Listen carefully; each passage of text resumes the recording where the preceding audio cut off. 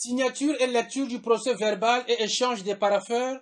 Consignes d'usage et mots de circonstance du ministre de l'enseignement primaire, secondaire et de l'alphabétisation sortant, ministre par intérim, Nicéphore Antoine Thomas Filas Saint-Eude, et le ministre de l'enseignement préscolaire, primaire, secondaire et de l'alphabétisation entrant, Jean-Luc Moutou.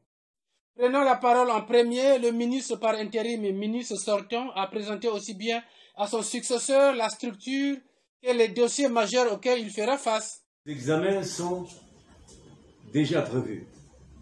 C'était un très grand challenge pour un ministre de l'Éducation. Il faut qu'il réussisse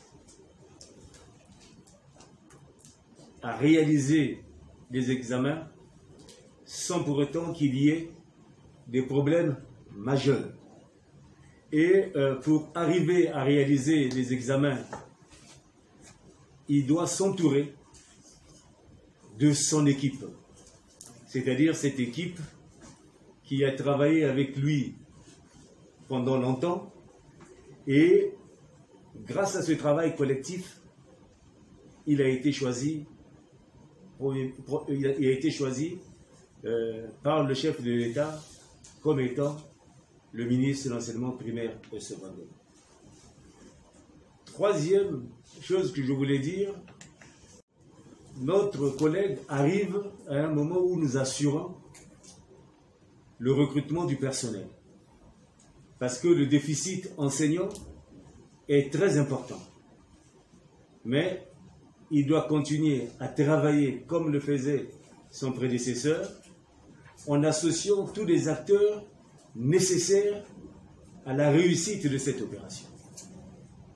Dans son mot rempli d'émotion, le ministre entrant a remercié le chef de l'État pour sa nomination avant de féliciter son prédécesseur pour le travail abattu.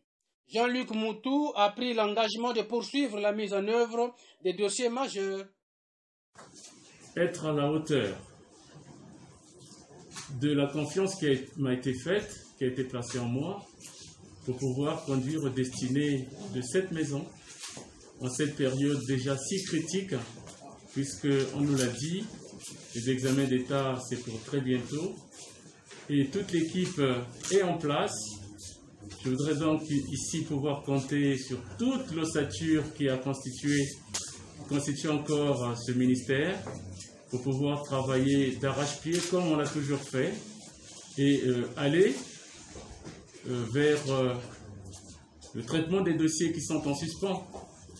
Dieu sait qu'ils sont nombreux ces dossiers. On en a épinglé un seul, celui relatif à l'organisation des examens d'État. Et vous savez que les chantiers sont nombreux, qu'il nous faudra conforter et continuer de labourer le champ sur les questions, par exemple, relatives à l'équipement, au tableau-banc, à la sécurisation des examens d'État, à la formation du personnel, au recrutement du personnel, à la valorisation du SENFIS.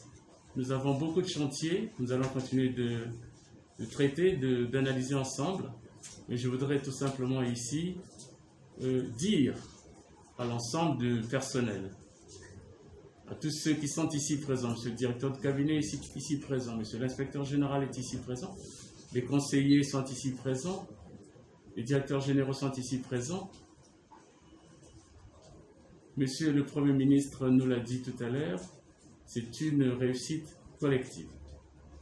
Il s'agit d'une promotion collective. Je n'en ferai jamais une fierté personnelle. Chacun d'entre nous. Notons que cette passation de service s'est déroulée en présence du secrétaire général du gouvernement, Benjamin Mboumakani, et des cadres du ministère de l'enseignement préscolaire, secondaire, primaire et de l'alphabétisation.